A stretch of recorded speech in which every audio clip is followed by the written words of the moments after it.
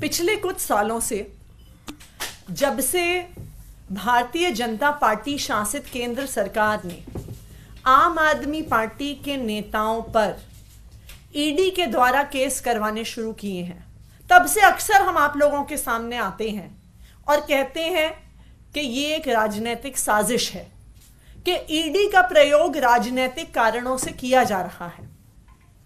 हो सकता है कि कुछ लोग हमारी बात मानते हो, उनको समझ में आता हो कि ये राजनीतिक साजिश है। हो सकता है कि कुछ लोगों को लगता हो कि इन पर आरोप लगे हैं, इसलिए ये बहाने बना रहे हैं।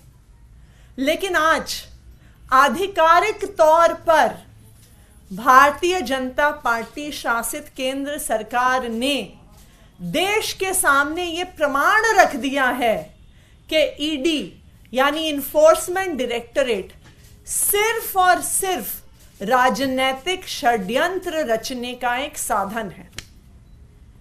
ईडी ने दो बुजुर्ग किसानों पर, जिनकी फोटो आप यहां पे देख सकते हैं, जिनका नाम है कन्हैयन जो 72 साल के हैं और कृष्णन जो 66 साल के हैं, जिनके बैंक में कुल मिलाकर 450 रुपए हैं, उन पर ईडी ने prevention of money laundering act में केस फाइल किया।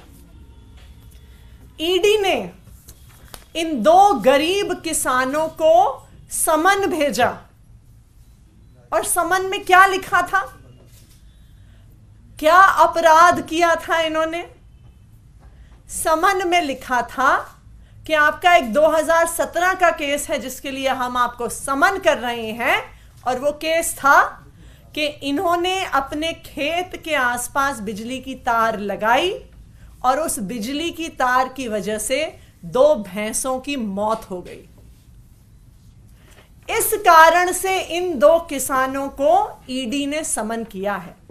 आज ये औकात रह गई है केंद्र सरकार की एजेंसी इन्फोर्समेंट डायरेक्टरेट की। इनको समन करने का, इन पर केस करने का असली कारण क्या है? असली कारण ईडी के केस का पूरे देश भर में सिर्फ एक है। अगर भारतीय जनता पार्टी की आपसे दुश्मनी है, भारतीय जनता पार्टी के किसी नेता की आपसे दुश्मनी है, तो आप पर ईडी का केस किया जाएगा। इन 2 गरीब किसानों की अपने एक इलाके की भारतीय जनता पार्टी के नेता जी गुणशेखर से कई सालों से झगड़ा चल रहा था। इन्होंने जब उस नेता पर केस किया, जी गुणशेखर जेल गया और उसका बदला लेने के लिए इन 450 रुपए की मात्र संपत्ति रखने वाले किसानों पर prevention of money laundering act का ईडी ने केस कर दिया और उनको तमिलनाडु से दिल्ली समन कर दिया। तो यह बिल्कुल साफ है कि ईडी आज इन्वेस्टिगेशन एजेंसी नहीं है, सेंट्रल गवर्नमेंट की इन्वेस्टिगेशन एजेंसी नहीं है। ईडी आज सिर्फ और सिर्फ भारतीय जनता पार्टी का एक राजनीतिक हथियार है, जिसे वो किसी पर भी इस्तेमाल कर सकती है। और यह भी साफ है कि ईडी का प्रयोग हो रहा है अपने दुश्मनों को हमला करने के लिए, पार्टियों को तोड़ने के लिए। अगर कोई विपक्ष का नेता ईडी का केस होने के बाद भारतीय जनता पार्टी में आ जाता है, तो फिर ईडी कहती है कि जी हमारे पास तो कोई सबूत ही नहीं था, हमें तो केस बंद करना पड़ रहा है, हमारी तो फाइल खो गई, इसलिए हमें केस विड्रॉ करना पड़ रहा है। ये पूरे देश ने देखा कि छगन भुजबल, जिन पर महाराष्ट्र सदन स्कैम में 870 करोड़ के घोटाले का आरोप था, जिन पर ईडी का केस चल रहा था, जैसे ही छगन भुजबल भारतीय जनता पार्टी में शामिल हुए, अगली ही कोर्ट की हियरिंग में ईडी ने मुंबई हाईकोर्ट के सामने कहा कि जी हमारी तो केस की फाइल खो गई है, इसलिए हम केस बंद करना चाह रहे हैं। तो ईडी का मकसद सिर्फ और सिर्फ एक है, भारतीय जनता पार्टी का जो विरोध करेगा उस पर ईडी में केस होगा, उस पर prevention of money laundering act में केस होगा।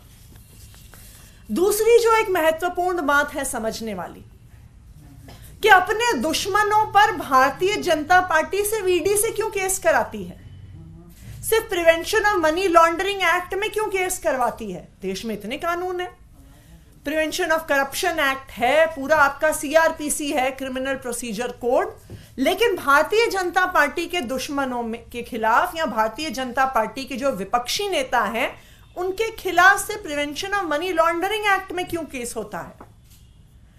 इसलिए होता है क्योंकि इस देश में सिर्फ एक कानून है, prevention of money laundering act, जिस कानून में बेल मिलना लगभग असंभव है। क्यों असंभव है?